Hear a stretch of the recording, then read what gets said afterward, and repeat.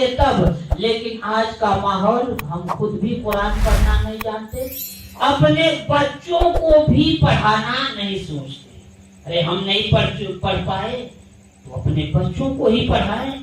بچہ جب دیندار ہوگا, بچہ جب دینی ماحول میں پلے گا, اور بچہ جب دینی ماحول میں پلے گا دیندار بنے گا, اور جب ہم مر جائیں گے تو وہ بچہ اسی کلام مجید کی آیت کو تلاوت کر کے رب کی بارگاہ میں اگر دعا کیا, اے رب تیری پاک کتاب کو میں نے پڑھا ہے اور اسی کو وسیلہ بنا کر تیری بارگاہ میں دعا کرتا ہوں کہ رب اسی کے صدقے میں میرے باپ کی گناہوں کی مغفرت فرما دے, تو میں پوری یقین کے ساتھ کہہ سکتا ہوں کہ اللہ رب العزت اس بیٹے کی دعا کے صدقے میں باپ کی گناہوں کی مغفرت فرما دے گا, اسے جنت عطا فرما دے گا.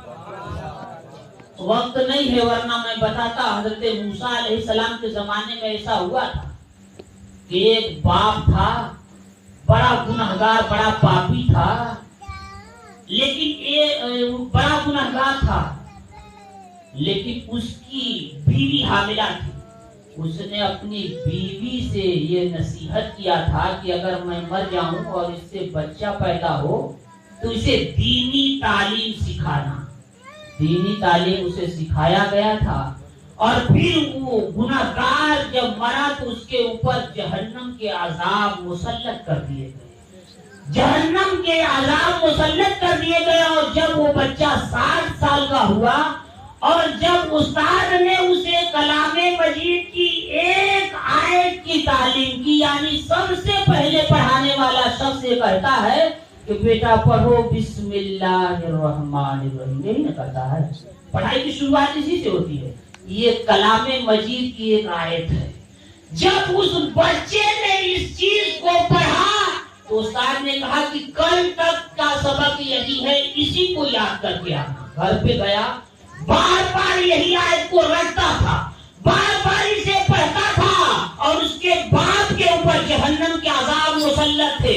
جب بار بار اس کو رٹ لگانے لگا تو رب کی دریائے رحمت میں جوش آیا, اور رب نے فرمایا کہ اے جبریل, جس کا بیٹا بار بار مجھے رحمان اور رحیم کہے, جس کی اولاد بار بار مجھے رحمان اور رحیم کہے, میری غیرت کو یہ گوارا نہیں کہ اس پہ جہنم کا عذاب مسلط رہے.